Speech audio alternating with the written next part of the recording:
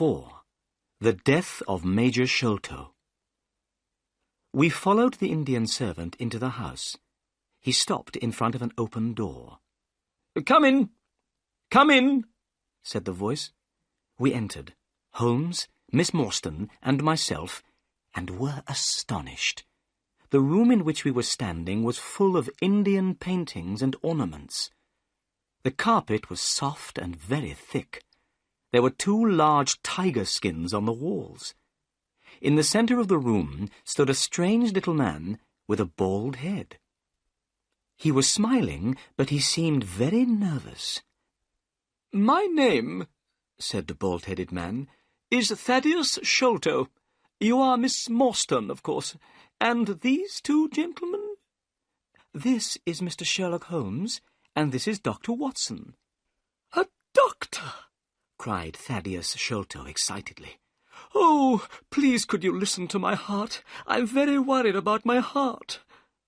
I listened to his heart beating, but I could hear nothing wrong with it. "There's nothing wrong with your heart," I told him. "I'm so glad," said Thaddeus Sholto. "Miss Morstan, your father had a very weak heart. If his heart had been stronger, he would have been alive today." Miss Morstan sat down, and her face turned very white.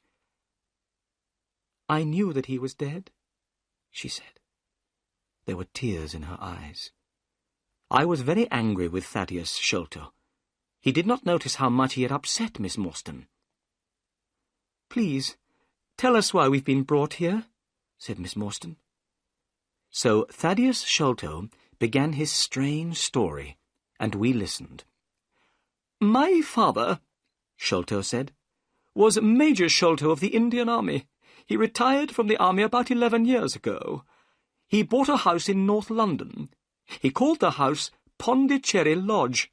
My brother, Bartholomew, and I were his only children. We knew that Captain Morstan, Miss Morstan's father, and our father had been very good friends in India. When we heard that Captain Morstan had disappeared, we were very upset. My brother, Bartholomew, and I also knew that our father was afraid of something. He never went out alone. He often spoke about a man with a wooden leg who followed him. He seemed very afraid of this man." "Did he tell you why he was afraid?" asked Holmes. "No, he didn't," Thaddeus Sholto replied.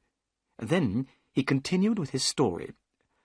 "One day, in 1882, our father received a letter from India.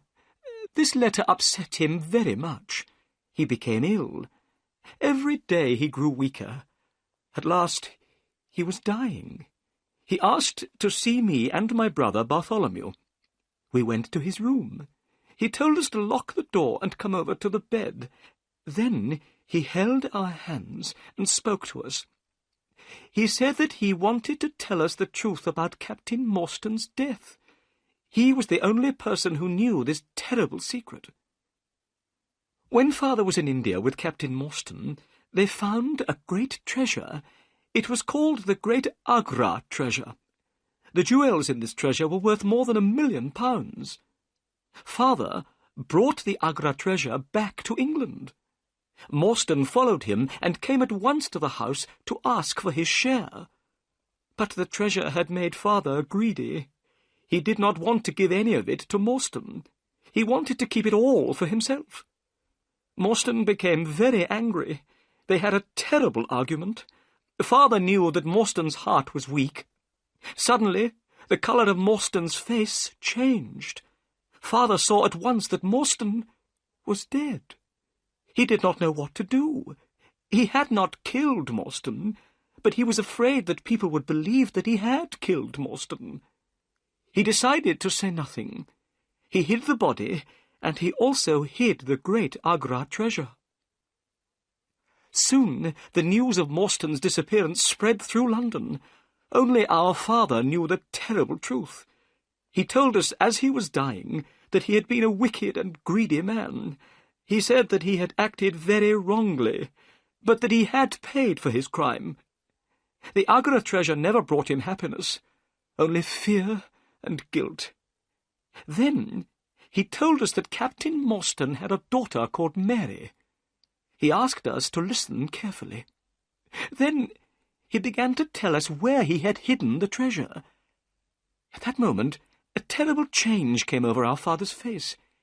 He pointed at the window and cried out in a voice full of fear, "Keep him out! Keep him out!" My brother and I stared round at the window. We saw a horrible face looking in through the window.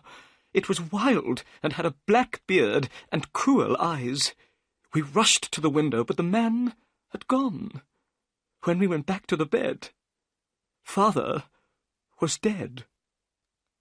"What did you do then?" asked Holmes. "We ran out into the garden," replied Sholto. "We looked everywhere, but we found nothing. In the morning, we went to our father's room. We found that someone had been in the room during the night. There was a piece of paper on the bed beside my father's body, and on this paper some words were written. These words were, 'The sign of 4.